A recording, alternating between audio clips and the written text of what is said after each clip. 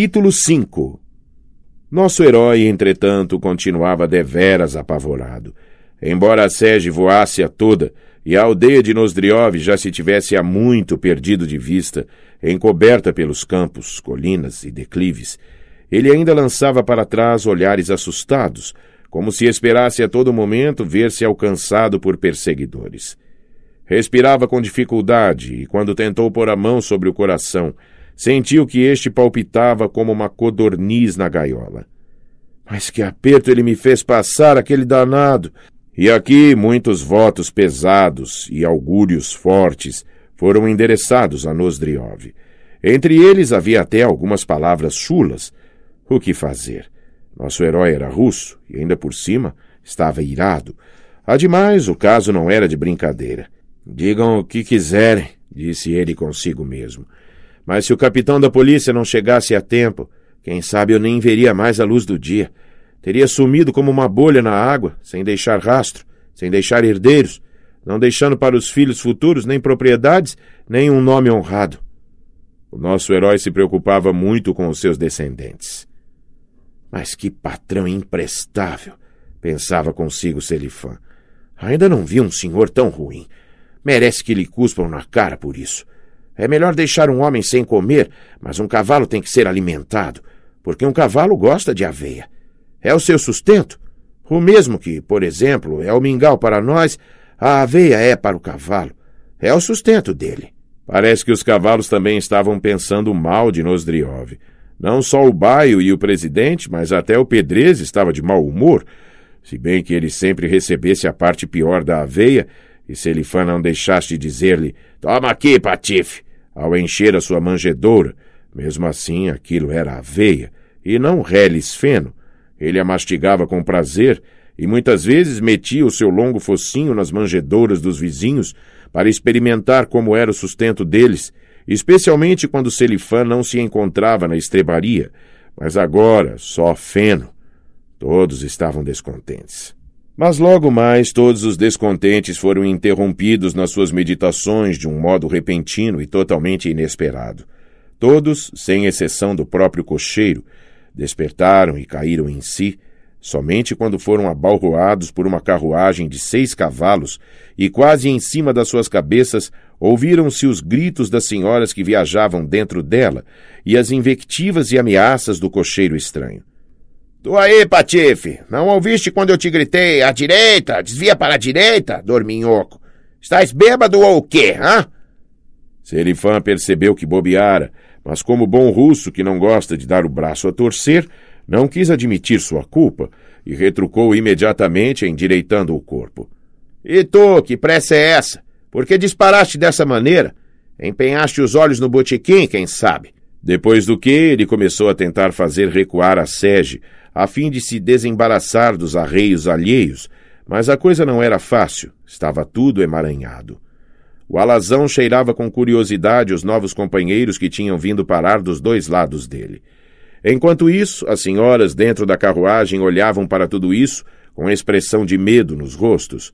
Uma era velha e outra, mocinha de uns 16 anos, de cabelos dourados, alisados com muita graça e jeito na graciosa cabecinha. O delicado oval do seu rosto se arredondava como um ovinho fresco e brilhava com uma brancura transparente, tal qual um ovinho, quando novo, recém-posto, é erguido contra a luz pela mão morena da despenseira, deixando-se atravessar pelos raios do sol. Suas róseas orelhinhas eram também transluminadas pelos cálidos raios solares. Assim, o susto estampado nos seus lábios entreabertos, as lágrimas nos olhos, era tudo nela tão encantador que o nosso herói ficou a olhar para ela durante vários minutos sem prestar atenção alguma à confusão reinante entre os cavalos e os cocheiros. Recua-te! Afasta-te, corvo da província! Gritava o cocheiro estranho. Selifã puxou as rédeas para trás, o outro cocheiro fez o mesmo, os cavalos também recuaram um pouco, mas logo se chocaram de novo, embaraçados nos tirantes. Nestas circunstâncias, o cavalo pedrez gostou tanto dos novos amigos que lhe apareceram graças aos azares da fortuna, que não queria mais sair da posição em que se achava, e apoiando o focinho no pescoço do seu novo companheiro, parecia estar segredando-lhe alguma coisa no ouvido, de certo uma asneira descomunal, porque o outro não parava de sacudir as orelhas. O tumulto resultante acabou por atrair os camponeses da aldeia, que por sorte não ficava longe do local.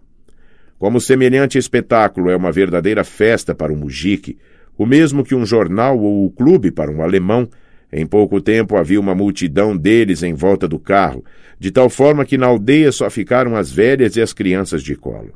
Desemaranharam-se os arreios, alguns trancos no focinho do pedreiro obrigaram-no a recuar.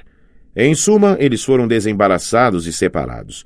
Mas, fosse pelo desgosto por terem sido separados dos novos amigos, ou simplesmente por teimosia, os cavalos recém-chegados não se moviam do lugar, e por mais que o cocheiro os chicoteasse, permaneciam como que plantados no solo.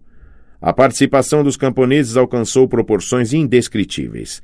Cada um queria dar mais conselhos que o outro. Anda, Andriushka, puxa o cavalo da direita e o tio Mitiai, que monte no do meio. Monta, tio Mitiai. O tio Mitiai, magro e comprido, de barba ruiva, encarapitou-se sobre o cavalo do centro e logo ficou parecido com um campanário de aldeia, ou melhor, com um gancho, daqueles com que se tira a água do poço. O cocheiro vergastou os cavalos, mas nada feito. O tio Mitiai não conseguiu ajudar em nada. Para! Gritavam os mujiques. Monta tu, tio Mitiai, no lateral, e no central que monte o tio Minhai. O tio Minhai, mujique espadaúdo, de barba negra como carvão, e pança parecida com um gigantesco samovar, no qual se ferve o hidromel para toda uma feira, não se fez de rogado e montou no cavalo do centro, o qual quase arriou até o chão debaixo do seu peso. Agora a coisa vai! Gritavam os mujiques. Cutuca-o! Cutuca-o! Esquenta-o com o chicote! Aquele ali, o baio, que está se empinando como um mosquitão!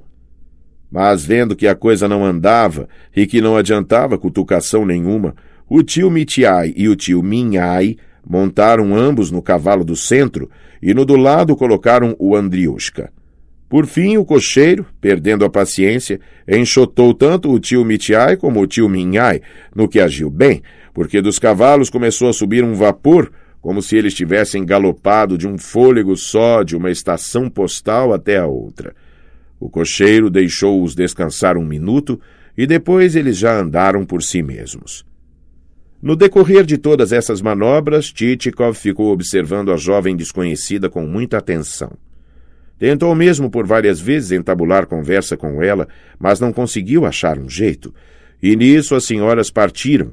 A graciosa cabecinha de traços delicados e talhe fino perdeu-se de vista como algo parecido com uma visão, e novamente ficou só a estrada, a sege, a troika de cavalos já conhecidos do leitor, Selifan, Chichikov e a amplidão deserta dos campos da região. Em toda parte, onde quer que seja na vida, quer nas camadas áspero-pobres e mísero-humildes da sociedade, quer nas monótono-frias e enfadonho-asseadas classes altas, em qualquer nível, surge, uma vez na vida de um ser humano, uma visão, diversa de tudo o que até então lhe fora dado a encontrar, e que por uma única vez que seja, desperta nele um sentimento diferente de todos aqueles de que lhe foi destinado sentir em toda a sua existência. Por toda parte, ao revés de todas as tristezas e aborrecimentos de que é tecida a nossa vida, passa um dia, como um rastilho luminoso, uma alegria fulgurante, como às vezes acontece quando uma carruagem suntuosa, com arreios de ouro, cavalos garbosos e vidraças faiscantes, passa a galope ao largo de uma mísera aldeola perdida que nunca viu nada a não ser uma pobre carroça rural. E muito tempo depois os mujiques ainda ficam lá parados, de boca aberta, olhos arregalados e gorro na mão, embora de velho já tenha sumido de vista a maravilhosa equipagem. Do mesmo modo, a jovenzinha loura também surgiu de todo inesperada em nossa novela e desapareceu da mesma maneira. Se naquele momento, em vez de Chichikov, lá estivesse algum rapaz de 20 anos, fosse ele o sardo ou estudante, ou simplesmente um principiante na carreira da vida, Deus do céu, o que não despertaria, o que não se moveria e não falaria dentro dele? Por muito tempo ficaria ele imóvel e insensível, de olhos perdidos na distância, esquecido do seu rumo e meta, das repreensões que o esperassem, das descomposturas pelo atraso, esquecido de si mesmo, do dever, do mundo e de tudo o que nele existe. Mas o nosso herói já era de meia-idade e de caráter frio e circunspecto. Também ele parou e ficou pensativo. Os seus pensamentos, porém, não eram tão vagos, eram bem mais conscientes, e em parte até mesmo muito positivos e claros. Jeitosa a mulherzinha, disse ele, abrindo a tabaqueira e cheirando o rapé. Mas o que há de tão bom nela que agrada? O bom é que, obviamente, ela acaba de sair de algum instituto ou pensionato, e que não há nela ainda nada de, como se costuma dizer, muito feminino, ou seja, aquilo que as mulheres feitas têm de mais desagradável. Agora ela ainda é como uma criança. Tudo nela é simples e direto. Ela dirá o que lhe vier à cabeça, rirá quando tiver vontade de rir. Dela pode-se moldar qualquer coisa. Ela pode vir a ser uma maravilha, como pode também vir a ser uma porcaria, e porcaria é o que ela será. É só deixar que agora comecem a trabalhá-la e formá-la as mamãezinhas e titias. Num ano conseguirão enchê-la de tanta futilidade que nem o próprio pai poderá reconhecê-la. Não se sabe de onde aparecerão a afetação e a presunção. Ela começará a se mover de acordo com linhas e maneiras pré-estabelecidas, a pensar e tramar como, e com que, e quanto é preciso falar. De que jeito olhar para cada um, a cada minuto terá receio de dizer mais do que convém, por fim acabará ficando atrapalhada, e o fim da história será que ela começará a mentir e mentirá a vida inteira, e o resultado só o diabo sabe o que será. Aqui ele fez uma pausa e depois acrescentou. Mas seria curioso saber a que família ela pertence. Quem será o seu pai? Será um rico proprietário de índole sisuda ou um digno funcionário aposentado, com algum capital adquirido durante o serviço público? Se, por exemplo, se acrescentassem a esta donzela uns 200 milheiros de rublos de dote, ela poderia transformar-se num petisco muito, mas muito tentador. Poderia constituir, por assim dizer, a felicidade de um homem de bem. Os 200 milheiros de rublos começaram a delinear-se tão agradavelmente na sua imaginação que ele começou a se aborrecer consigo mesmo por não ter aproveitado a confusão com os cavalos e as carruagens para indagar do postilhão ou do cocheiro quem eram as passageiras. Logo, porém, a aldeia de Sobakevich, surgindo diante dele, dissipou seus pensamentos e obrigou-os a voltarem-se para o seu assunto permanente. A aldeia pareceu-lhe bastante grande.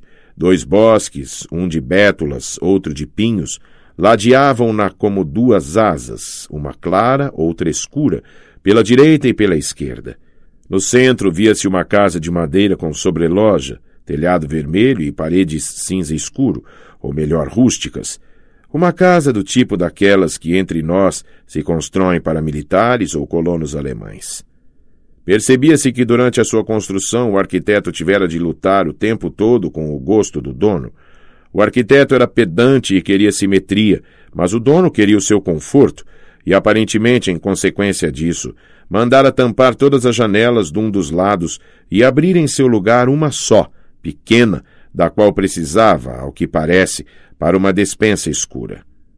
A fachada frontal também não ficara no centro do prédio, por mais que o arquiteto se debatesse, porque o dono mandara tirar uma das colunas laterais, resultando uma frente com 3 colunas em vez das 4 previstas. O quintal era cercado por uma grade de madeira forte e desmedidamente grossa.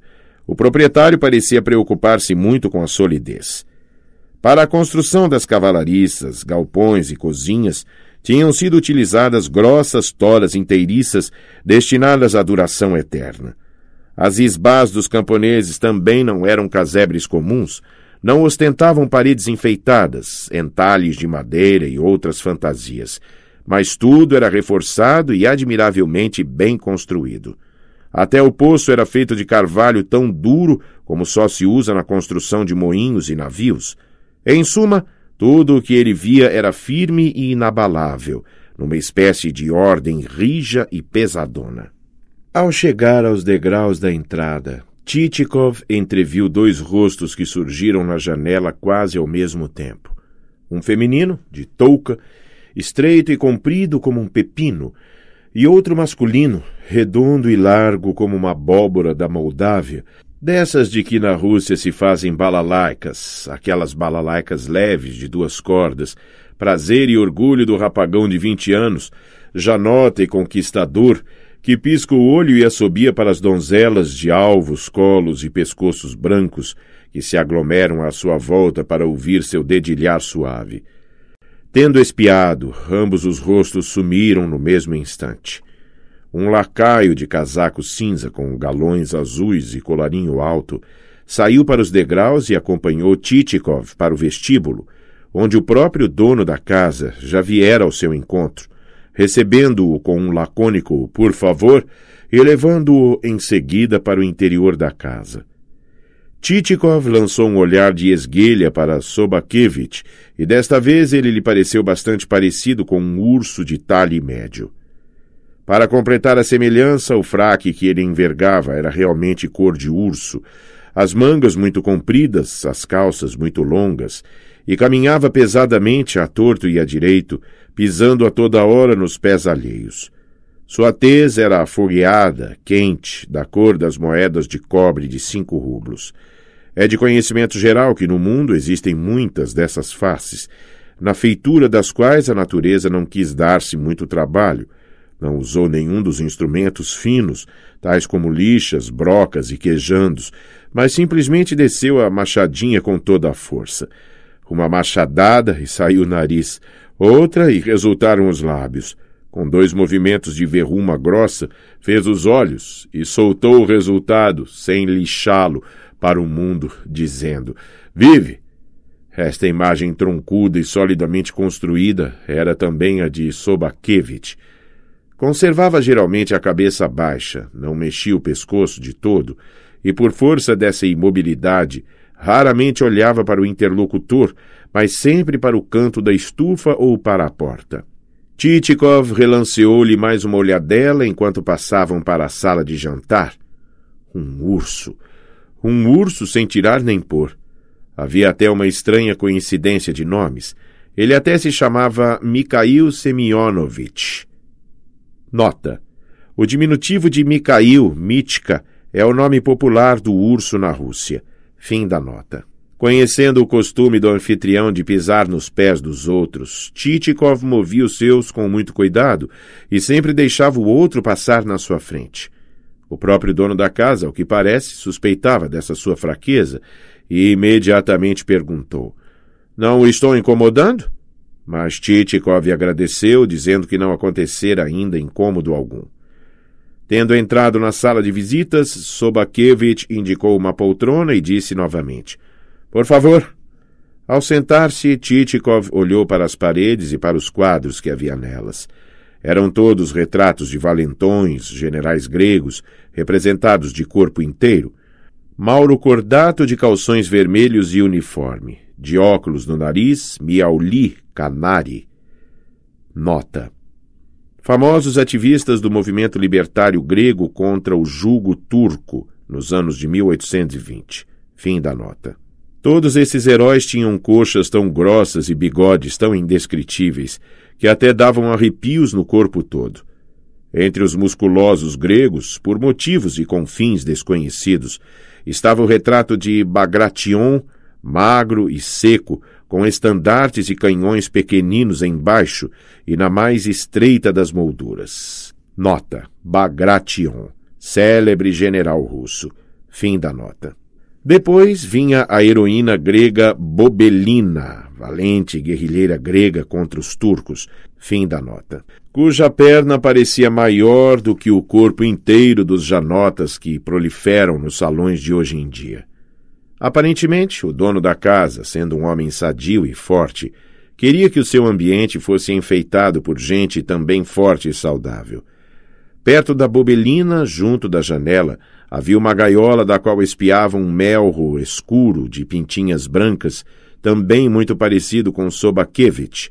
Hóspede e hospedeiro não tiveram tempo de ficar calados por mais de 2 minutos, pois a porta da sala se abriu e entrou a dona da casa, senhora bastante alta, de touca enfeitada de fitas retintas com pigmentos caseiros. Ela entrou majestosamente, mantendo a cabeça empinada, como uma palmeira.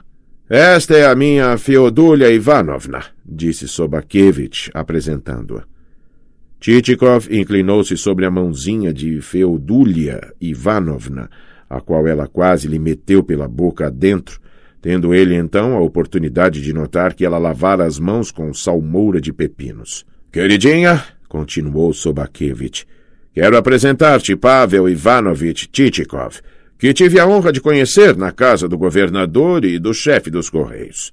Feodulia Ivanovna convidou-o a sentar-se, dizendo também por favor e fazendo um movimento com a cabeça semelhante àquele que fazem as atrizes que representam o papel de rainhas. Após o que, ela se instalou no sofá, cobriu-se com seu chale de lã de merino e não piscou mais um olho nem moveu uma sobrancelha. Chichikov tornou a levantar os olhos e viu de novo Canari com as coxas musculosas e bigodes intermináveis, Bobelina e o Melro na gaiola. Durante quase 5 minutos completos, todos se conservaram em silêncio. Só se ouvia o som das bicadas do Melro contra a madeira da gaiola de pau, em cujo fundo ele pescava migalhas de pão. Chichikov examinou mais uma vez o aposento e tudo o que ele continha. Tudo era sólido, pesado, extremamente desajeitado e tinha uma estranha semelhança com o próprio dono da casa. No canto da sala havia uma escrivaninha de nogueira, barriguda, com 4 pernas estranhíssimas, um urso consumado. A mesa, as poltronas, as cadeiras, tudo era de uma qualidade poderosa e inquietante. Em suma, cada objeto, cada cadeira parecia dizer: eu também sou uma Sobakevich, ou eu também sou muito parecido com Sobakevich. Falamos do senhor na casa do presidente da Câmara, o senhor Ivan Grigorievich, disse finalmente Chichikov, vendo que ninguém se dispunha a iniciar a conversa. Na quinta-feira passada, passamos o tempo muito agradavelmente. Sim, naquela noite eu não estive na casa do presidente, respondeu Sobakevich. Pois é um homem excelente. Quem? Disse Sobakevich, olhando para o canto da estufa. O presidente. Bem, isso pode ter sido uma impressão sua. Apesar de ser maçom, ele é um imbecil como há poucos na face da terra. Chichikov ficou um pouco perplexo com essa definição em parte tão áspera, mas corrigindo-se logo, prosseguiu. É claro, ninguém é perfeito, mas em compensação, o governador, que ótima pessoa. É o primeiro bandido do mundo. Como assim? O governador? Um bandido? Disse Chichikov, sem conseguir compreender como o governador fora parar na categoria dos bandidos. Eu confesso que jamais poderia imaginar uma coisa dessa, continuou ele. Mas permita-me observar, entretanto, que as suas atitudes não demonstram nada de semelhante. Pelo contrário, sente-se nele até bastante delicadeza. E aqui ele até mencionou como prova as bolsas que o governador bordara com suas próprias mãos e referiu-se elogiosamente à expressão cordial do seu rosto. A cara dele também é de bandido.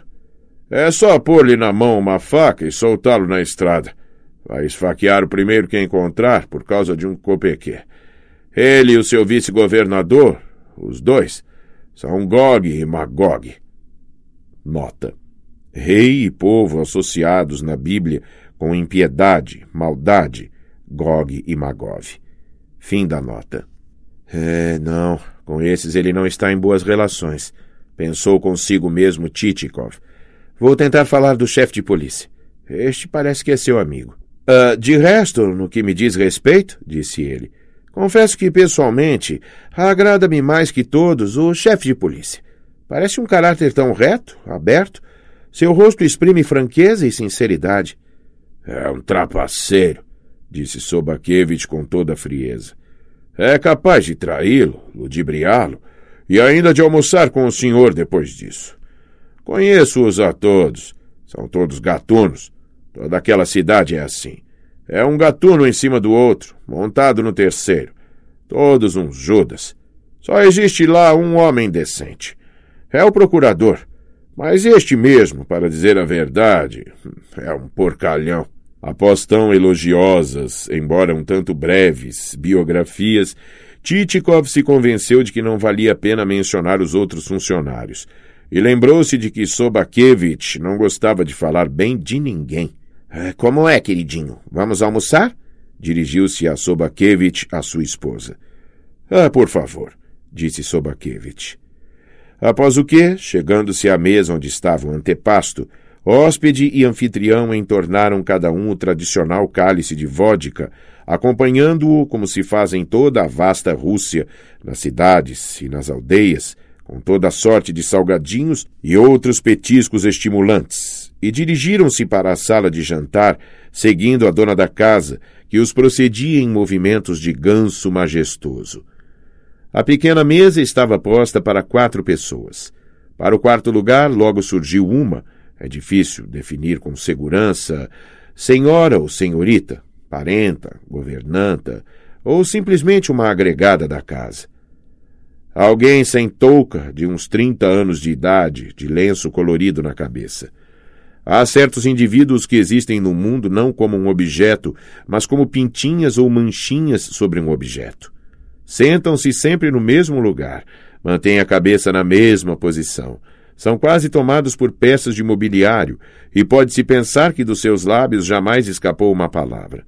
E, no entanto, em algum recanto, na despensa ou na cozinha, descobre-se que...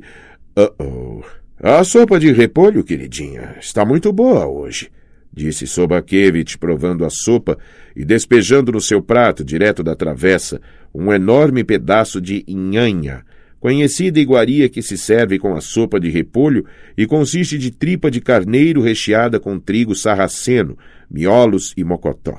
Uma inhanha dessa, continuou ele, dirigindo-se a Chichikov, o senhor jamais conseguirá comer na cidade. Lá lhe servirão Deus sabe o quê. Na casa do governador, entretanto, a mesa não é das piores, disse Chichikov. Mas o senhor tem ideia de como eles preparam tudo aquilo? Não terá coragem de comer se ficar sabendo. Eu não sei como se preparam os pratos, eu não posso julgar, mas as almôndegas de porco e o cozido de peixe estavam excelentes. Foi o que lhe pareceu. Mas eu é que sei o que eles compram na feira. Aquele canalha de cozinheiro que aprendeu essas coisas com um francês. Vai e compra um gato, esfola e põe na mesa como lebre. Que coisas desagradáveis estás dizendo, queridinho, disse a esposa de Sobakevich. Que queres que eu faça, queridinha? É assim que eles fazem. Não é culpa minha se todos eles fazem assim. Tudo o que há de restos, que a nossa cuca joga, com perdão da palavra, no balde de lixo, eles põem na sopa. Sim, na sopa. Tudo na sopa. Sempre contas essas coisas à mesa, retrucou de novo a esposa de Sobakevich. Ora, queridinha, disse Sobakevich, não sou eu que faço essas coisas. E posso dizer-te, sem rodeios, eu é que não vou comer porcarias. Uma rã podes trazê-la empanada em açúcar, que eu não a ponho na boca, e uma ostra menos ainda. Eu sei com que se parece uma ostra. Mas prove este carneiro, continuou ele, dirigindo-se a Chichikov. Isto aqui é lombo de carneiro com papa de trigo. Isto não tem nada a ver com o fricassé que fazem nas cozinhas dos outros senhores, de carne de carneiro que ficou rolando na feira durante 4 dias. Isso são invenções dos doutores alemães e franceses. Eu os enforcaria a todos por isso. Inventaram a tal da dieta, a cura pela fome. Só porque a natureza germânica deles é de ossos finos e sangue ralo, pensam que podem manobrar com o estômago russo. Nada disso, está tudo errado. É tudo... Aqui Sobakevich até sacudiu a cabeça de raiva. Falam de progresso, e esse tal de progresso... eu até diria uma outra palavra, mas não fica bem diante da mesa. Comigo não é assim. Quando aqui servimos porco, quero que tragam o porco inteiro para a mesa. Se é carneiro, que tragam o carneiro todo. Se é pato, o pato inteiro. Eu prefiro comer 2 pratos, mas comer à vontade, até fartar a alma. E Sobakevich confirmou as palavras com a ação. Derrubou metade do carneiro no seu prato, devorou tudo, roeu Chupou até o último ossinho. Sim, senhor, pensou Chichikov. Este aqui é um garfo respeitável. Comigo não é assim, dizia Sobakevich, limpando as mãos no guardanapo. Comigo as coisas são diferentes das de um Pliushkin qualquer. Esse sujeito é dono de 800 albas, mas vive e come pior do que um dos meus pastores. Quem é esse Pliushkin? Perguntou Chichikov. Um gatuno, respondeu Sobakevich. Um avarento. Tão sovena que é difícil imaginar. Os presidiários nas galés vivem melhor do que ele. Mata de fome todos os seus servos. Ah, deveras? Retrucou Chichikov, interessado. E o senhor diz que, de fato, os servos dele morrem em grandes quantidades? Morrem como moscas. Ah, não me diga. Como moscas? E permita-me perguntar, ele mora longe daqui? A 5 verstas. Só 5 verstas? Exclamou Chichikov, e até sentiu uma ligeira palpitação no coração. E saindo dos portões desta casa, para a direita ou para a esquerda? Eu não lhe aconselharia sequer procurar saber o caminho para a casa daquele cão, disse Sobakevich. É mais desculpável ir a qualquer lugar indecoroso do que a casa dele. Não, eu não perguntei com nenhuma intenção especial, é só porque tenho interesse em conhecer toda espécie de lugares, respondeu Chichikov a isso. O lombo de carneiro foi seguido por empadas de queijo, cada uma das quais maior do que o prato. Depois veio um peru do tamanho de uma vitela, recheado de toda sorte de delícias, ovos, arroz, fígados e sabe-se lá o que mais, e que caía no estômago como um bolo de pedra. Com isso terminou o almoço, mas quando se levantaram da mesa, Chichikov sentiu um peso 2 vezes maior. Passaram para a sala de visitas, onde já encontraram uma tigela com geleia, nem de pera, nem de ameixa, nem de outra baga, na qual, aliás, não tocaram nem o hóspede nem o anfitrião. A senhora saiu para distribuir em outras tigelinhas e, aproveitando sua ausência, Chichikov voltou-se para Sobakevich, o qual, refestelado numa poltrona, só bufava depois de tão lauto repasto e emitia pela boca uns sons inarticulados, persignando-se e cobrindo-a com a mão a todo instante. Chichikov dirigiu-se a ele com as seguintes palavras. Gostaria de falar-lhe a respeito de um certo negócio. Aqui tem outra geleia, disse a dona da casa, entrando com outra tigelinha. É de nabo, cozido no mel. Vamos prová-la mais tarde, disse Sobakevich. Podes ir para o teu quarto agora. Pavel Ivanovich e eu vamos tirar os fraques e descansar um pouco. A anfitrioa já se dispunha a mandar buscar colchões e travesseiros, mas o marido disse. Não é preciso. Vamos descansar nas poltronas. E a patroa se retirou. Sobakevich inclinou ligeiramente a cabeça, preparando-se para ouvir de que negócio se tratava. Chichikov começou a conversa muito longe, mencionou o Império Russo em geral, referiu-se muito elogiosamente às suas dimensões, disse que até mesmo o mais antigo Império Romano não fora tão vasto e que o espanto dos estrangeiros era justificado. Sobakevich ouvia tudo, de cabeça inclinada, e que graças aos regulamentos existentes nesse império, cuja fama não tem igual, as almas recenseadas, encerrada a sua carreira terrena, continuam, no entanto, até a época do novo recenseamento, a ser computadas junto com as vivas, a fim de, desta maneira, não sobrecarregar a administração com uma infinidade de informações fragmentárias e inúteis, aumentando a complexidade do mecanismo estatal, já por si bastante complicado. Sobakevich continuava a escutar, de cabeça inclinada, e que, no entanto, apesar de toda a justeza dessa medida, ela vem a ser muitas vezes onerosa para muitos proprietários, obrigando-os a lançar seus impostos pelos mortos como se tratasse de objetos vivos, e que ele, Chichikov, no seu grande respeito pessoal pelo anfitrião, estaria até disposto a tomar parcialmente a si este encargo realmente pesado. Quando se referia ao assunto principal, Chichikov se expressava com muita cautela, nunca chamando as almas de mortas, mas apenas de inexistentes. Sobakevich escutava tudo da mesma maneira, de cabeça inclinada, e sem que nada remotamente semelhante a uma expressão assomasse no seu rosto.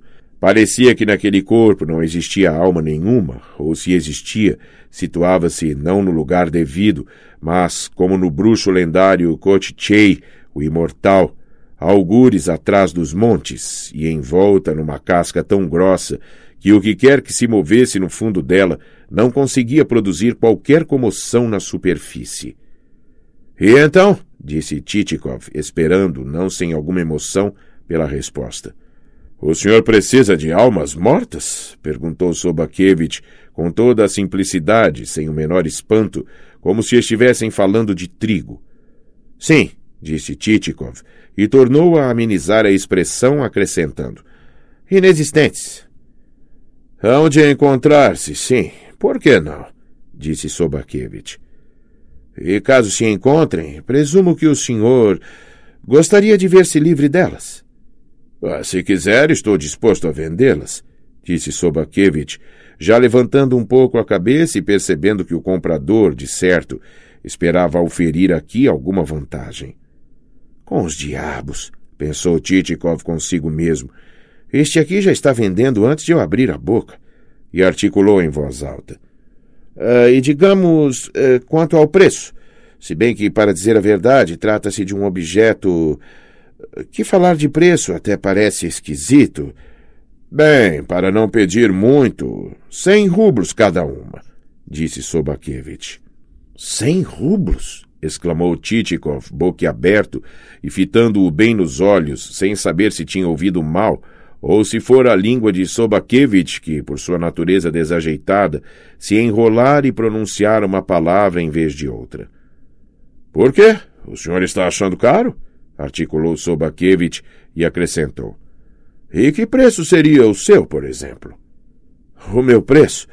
Eu acho que nós estamos enganados ou não nos compreendemos mutuamente. Esquecemos em que consiste o assunto da conversa. Eu posso oferecer de minha parte, com a mão no coração, 80 copequês por alma. É o meu preço mais alto. Ora, vejam só que calma. 80 copequês. Bem, segundo o meu juízo, acho que não se pode dar mais. Veja bem que não estou vendendo alparcatas de palha. Mas o senhor tem que convir que não se trata tão pouco de gente. E o senhor acha que vai encontrar um bobalhão que lhe vá vender uma alma recenseada por 80 copequês? Com sua licença, por que é que o senhor as chama de recenseadas, se as almas propriamente ditas já há muito estão mortas, e o que sobra delas não passa de um som impalpável? Em suma, para não perder mais tempo em conversas sobre este assunto, posso dar-lhe 1,5 rublo por peça. Mais do que isso, é impossível. O senhor devia ter vergonha de mencionar uma quantia dessa. Regateie. Proponha um preço razoável. Eu não posso, Mikhail Semyonovich. Creia-me, em sã consciência, não posso. O que não é possível fazer, não é possível fazer, dizia Chichikov, mas acabou aumentando a oferta para mais 0,5 rublo. Mas por que pechincha tanto? Disse Sobakevich. Garanto-lhe que não é caro.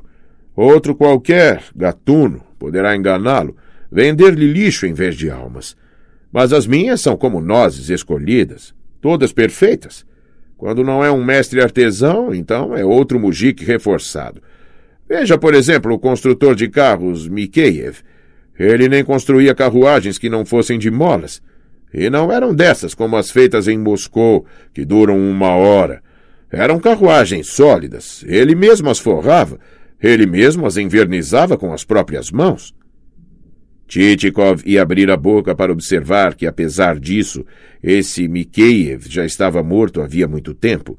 Mas Sobakevich fora arrastado, como se diz, pela força da palavra, da qual lhe nasceram até o ardor e o dom da eloquência. E o Stepan Rolha, o carpinteiro. Aposto a cabeça que, em parte alguma, o senhor encontrará um mujik como aquele. Que força ele tinha! Se ele servisse na guarda real, nem sei o que lhe dariam. Um colosso de quase 7 pés de altura. Chichikov quis observar novamente que o Rolha também não existia mais neste mundo, mas Sobakevich parecia ter tomado o freio nos dentes. As palavras brotavam-lhe em torrentes e não se podia fazer nada senão ouvi-lo. E o Milutkin oleiro era capaz de colocar uma estufa em qualquer tipo de casa. E Maxim Telianitkov, o sapateiro. Num piscar de olhos estava pronto um par de botas. E botas de se tirar o chapéu. Botas de primeiríssima. E Yeremei Sorokopliokin. Este mujique sozinho valia pelos outros todos juntos. Ia fazer vendas em Moscou. Só de tributo me trazia 500 rublos de cada vez. É este o meu tipo de gente. Nada de parecido com o que lhe venderia algum Pliutkin. Mas com licença, disse por fim Titikov, estupefato diante dessa avalanche de palavras que parecia não ter fim. Para que é que o senhor fica aí enumerando-lhes as virtudes, que agora não tem mais sentido algum, considerando que toda essa gente já está morta? Defunto só se for para escorar cerca, diz o ditado. Naturalmente estão mortos, disse Sobakevich, como que caindo em si e lembrando que de fato eles já estavam mortos, e depois acrescentou. Por outro lado, que dizer desses que agora são chamados vivos? Que espécie de gente são eles? São moscas, não são gente. De qualquer forma, eles existem, ao passo que aqueles não passam de sombras. Isso não. Sombras não. Posso declarar que homens como Mikheyev, homens assim, o senhor não encontrará mais. Ele era uma máquina, um gigante que não cabia nesta sala. Não, isso não é uma sombra. E tinha uma força nos costados, como nenhum cavalo tem igual. Quero ver onde o senhor vai encontrar uma sombra dessa. As últimas palavras ele já as disse, dirigindo-se aos retratos de Bagration e Kolokotrone, como só ia acontecer com interlocutores quando um deles, de repente, não se sabe porquê, se dirige não àquele a quem são destinadas as suas palavras, mas a um terceiro, até desconhecido, que se encontra lá por acaso e do qual ele sabe que não vai ouvir nem resposta, nem opinião, nem confirmação, mas em quem, entretanto, crava os olhos como se o convocasse para mediador. E o desconhecido, um tanto atrapalhado no primeiro instante, não sabe se deve responder sobre o assunto do qual não sabe nada ou ficar um pouco ali, calado, simplesmente por cortesia, para logo depois ir-se embora. Não, mais de 2 rublos não posso pagar, disse Titikov. Está bem, só para que não saia por aí dizendo que cobrei alto e não quis fazer-lhe nenhuma concessão. Concordo, 75 rublos por alma, mas em notas, só por ser um negócio entre amigos. Mas o que é isso, realmente? Pensou consigo Titikov. Será que ele me toma por imbecil mesmo? E acrescentou em voz alta. Na verdade, acho tudo isso muito estranho. Parece que entre nós está sendo representada uma peça de teatro, uma comédia. Eu não consigo explicá-lo de outra forma. O senhor parece homem bastante sagaz, goza dos privilégios da instrução. Portanto, compreende que se trata de artigo de somenos. O que é que vale? Quem precisa dele? O senhor não está querendo comprar? Logo, alguém precisa. Aqui Titikov mordeu os lábios e não soube o que responder. Tentou começar a falar de certas circunstâncias de clã e família, mas Sobakevich respondeu simplesmente. Eu não quero saber das suas relações de família. Assuntos familiares não me dizem respeito. São um negócio seu. O senhor tem necessidade das almas, então eu as vendo, e vai arrepender-se, se deixar de comprá-las. 2 rublozinhos, disse Titikov. Quando começa a falar a esmo, a gralha só faz repetir o mesmo, como diz o ditado. O senhor montou nos tais 2 rublos e não quer mais apear deles. Faça o favor de fazer uma oferta às direitas. E o diabo que o carrega, este cachorro, pensou consigo Titikov. Vou aumentar-lhe mais meio rublo de lambugem. Pois então, que seja. Eu lhe darei mais meio rublo por alma. Pois então, que seja. Eu também lhe darei minha última palavra. 50 rublos. Juro que estou tendo prejuízo. Em lugar nenhum o senhor comprará gente tão boa, tão barato. Mas que sovina, disse consigo Titikov, e logo continuou em voz alta, em tom bastante contrariado. Mas o que é isso, afinal de contas? Como se isso fosse mesmo um negócio sério. Se eu quiser, ganho as almas de graça em qualquer outro lugar. E ainda me dirão obrigado, com muito prazer, por livrá-los disso o mais depressa possível. Só um imbecil fará questão de conservá-las consigo e ainda pagar imposto por elas. Mas será que o senhor sabe, e digo-lhe isso entre amigos, que compras dessa espécie nem sempre são lícitas? E se eu ou qualquer outro revelar isso, a pessoa em questão perderá qualquer crédito no que se refere a contratos ou quaisquer compromissos lucrativos? Então é nisso que estás pensando, safado, pensou Chichikov, mas retrucou de imediato com o seu ar de maior sangue frio. Ah, como queira. Se eu estou comprando não é por alguma necessidade, como o senhor parece estar imaginando, mas assim, por mero capricho do meu próprio pensamento. Se não quiser 2,5 rublos, adeus. Este aqui é duro de roer, não cede de jeito nenhum, pensou Sobakevich. Ah, vai lá, desisto. Dê-me 30 rublos por alma e pode levá-las. Não, estou vendo que o senhor não quer vender mesmo. Adeus. Ah, com licença, disse Sobakevich, sem soltar-lhe a mão e pisando-lhe no pé, pois o nosso herói esquecera de se precaver e, por castigo, teve de soltar um chiado e pular num pé só. Ah, eu peço desculpas. Parece que lhe causei incômodo. Queira sentar-se aqui, por favor. Aqui ele forçou Chichikov a sentar-se numa poltrona, até com certa destreza, como um urso que já passou por mãos humanas, sabe dar cambalhotas e executar toda sorte de truques, quando lhe perguntam: mostre agora, Mítica, como as velhas suam na sauna, ou então: Mítica, como é que os garotos furtam ervilhas? Realmente, estou perdendo meu tempo à toa. Estou com pressa. Fique mais um minutinho. Eu já vou lhe dizer uma coisa agradável. Aqui, Sobakevich sentou-se mais perto dele e disse-lhe baixinho ao ouvido, como se fosse um segredo. Quer um quarto? Ou seja, 25 rublos? Não, não e não. Nem um quarto de um quarto. Não aumento nem mais um copequê. Sobakevich calou-se. Chichikov também ficou calado. O silêncio prolongou-se por uns 2 minutos. Da parede, Bagration, com seu nariz aquilino, observava muito atento o decorrer da transação. Afinal de contas, qual é a sua oferta definitiva? Disse finalmente Sobakevich. 2,5 rublos. Palavra que para o senhor uma alma humana não vale mais do que um nabo fervido. Dê-me ao menos 3 rublos por alma. Não posso. Bem, estou vendo que com o senhor não se arranja nada mesmo. Pois seja. Fico com o prejuízo, mas que fazer? Tenho uma índole assim, canina. Não posso deixar de proporcionar prazer ao próximo. Acho que precisamos lavrar o contrato para que fique tudo em ordem. Evidentemente. Era o que eu pensava. Teremos de ir até a cidade. Assim foi fechado o negócio. Ambos decidiram ir à cidade no dia seguinte, a fim de assinarem o contrato de compra e venda. Chichikov pediu a lista dos camponeses. Sobakevich concordou imediatamente e ali mesmo postou-se diante da escrivaninha e pôs-se a elaborar a lista de próprio punho, escrevendo não só os nomes, mas registrando até as qualidades meritórias de cada um. E Chichikov, por falta do que fazer e encontrando-se por trás dele, ficou a contemplar toda a vasta estrutura do anfitrião. Quando olhou para aquele costado, amplo como o lombo dos atarracados cavalos de viática, e para as suas pernas, que pareciam aqueles postes baixos de ferro forjado que se colocam nas calçadas, não pôde deixar de exclamar mentalmente: sim, senhor, como Deus te aquinhoou. És de fato o que se pode chamar de mal cortado, mas bem costurado. Será que já nasceste assim, urso? Ou ficaste ursificado com a vida neste buraco distante, as semeaduras de trigo, as amofinações com os mujiques, e por causa de tudo isso te transformaste no que se costuma chamar de unha de fome?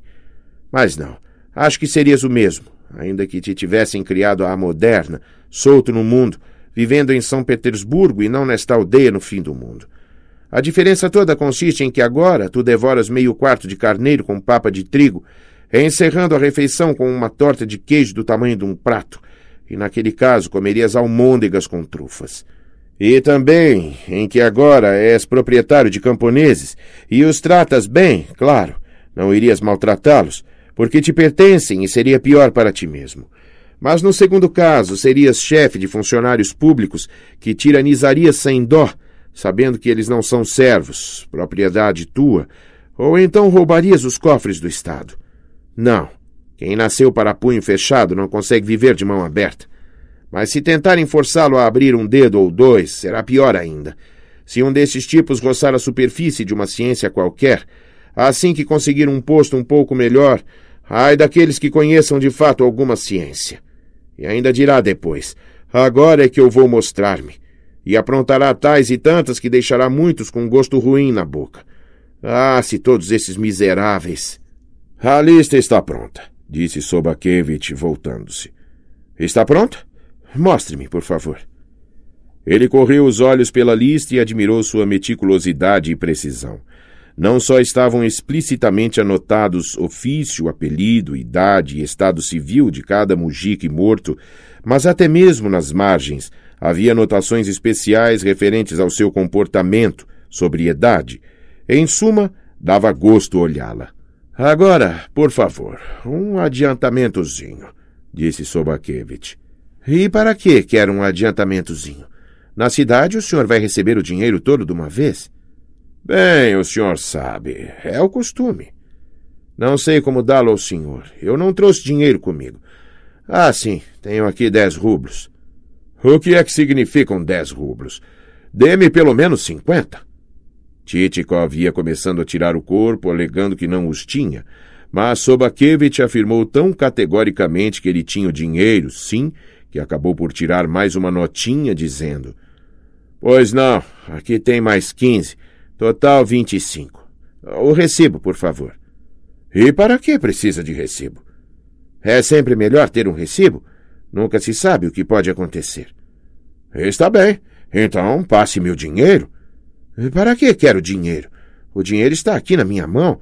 Assim que me der o recibo, no mesmo instante receberá o dinheiro. Mas com sua licença, como posso emitir o recibo?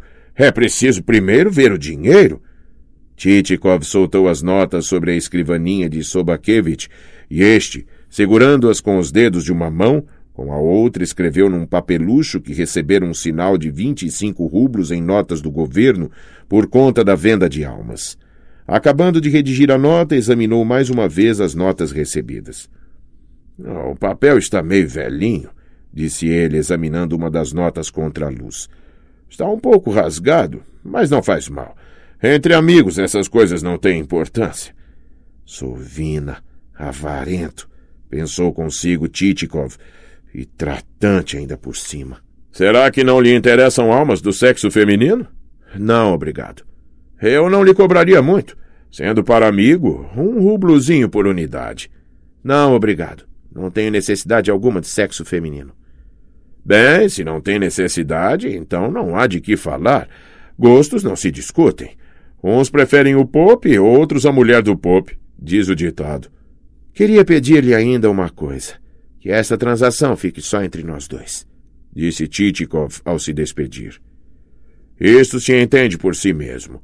Não há necessidade de meter terceiros no negócio.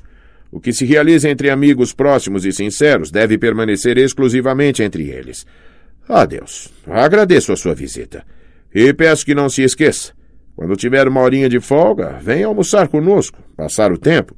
Quem sabe teremos outra oportunidade de ser úteis um ao outro. Pois sim, era só o que faltava, pensava consigo Titikov, acomodando-se na sege. Arrancou-me 2,5 rublos por alma morta, unha de fome do diabo. Titikov estava aborrecido com o procedimento de Sobakevich. Afinal de contas, eram conhecidos, haviam se encontrado na casa do governador e na casa do chefe de polícia, e, no entanto, o sujeito se comportara como um estranho completo, cobrando-lhe dinheiro por coisa nenhuma. Quando a sege saiu do pátio, ele olhou para trás e viu que Sobakevich continuava parado nos degraus e, ao que parecia, seguia-o com os olhos, procurando descobrir para onde se dirigia o seu visitante. Patife, ainda está plantado ali, disse ele entre dentes e ordenou a Selifã que, depois de virar a sege na direção das isbás dos camponeses, a fizesse sair de maneira que ela não ficasse visível pelo lado do pátio senhorial. Ele queria fazer uma visita a Pliushkin, cujos camponeses, segundo Sobakevich, morriam como moscas, mas não gostaria de que Sobakevich ficasse sabendo disso. E quando a Sege já estava saindo da aldeia, chamou o primeiro mujik, o qual, tendo encontrado na estrada um enorme tronco de árvore, arrastava-o no ombro para o seu casebre como uma formiga infatigável. Ei, barbudo, como é que eu posso ir daqui para a casa do Pliutkin, sem passar pela casa do teu senhor? O mujik pareceu ficar atrapalhado com esta pergunta. Como é? Não sabes? Não, meu senhor, não sei. Mas o que é isso? Já estás de cabelo branco e não conheces Pliutkin, o Sovina, aquele que não dá de comer à sua gente? Ah, o remendado, exclamou o mujik. Ele havia pronunciado um substantivo antes da palavra remendado, muito expressivo, mas impronunciável em sociedade, e por isso não o mencionaremos aqui. Pode-se, porém, imaginar que se tratava de uma definição muito arguta e certeira, porque Chichikov continuava sorrindo na sua sege muito depois de o mujik ter sumido de vista e eles já terem avançado bastante no seu caminho. Como o povo russo sabe expressar-se vigorosamente, e quando resolve premiar alguém com uma palavra forte, esta lhe atingirá a família e a descendência, ele a arrastará consigo para o serviço e para a aposentadoria, e ela o seguirá até Petersburgo e até o fim do mundo. E por mais que a vítima se esforce e tente nobilitar seu apelido, mesmo que obrigue uns escribas a peso de ouro a lhe fabricar uma árvore genealógica que o faça passar por descendente de alta e antiga nobreza, de nada adiantará. A alcunha gritará bem alto, como o corvo da fábula, e revelará em alto e bom som a origem do cognome. O que foi dito com pontaria certeira, tal qual o que ficou escrito, não se derruba nem com um machado. E como sóis ser certeiro tudo aquilo que procede das profundezas da Rússia, onde não penetraram nem alemães, nem finlandeses, nem quaisquer outras tribos, mas só existe o puro talento nativo, o espírito russo, vivo e agudo, que tem sempre a resposta na ponta da língua, e não fica a chocá-la como uma galinha os seus ovos, mas solta-a na cara, qual tabefe, como um passaporte para todos sempre. E não adianta mais tentares delinear a forma do teu nariz ou da tua boca. Com um só traço estás descrito dos pés à cabeça.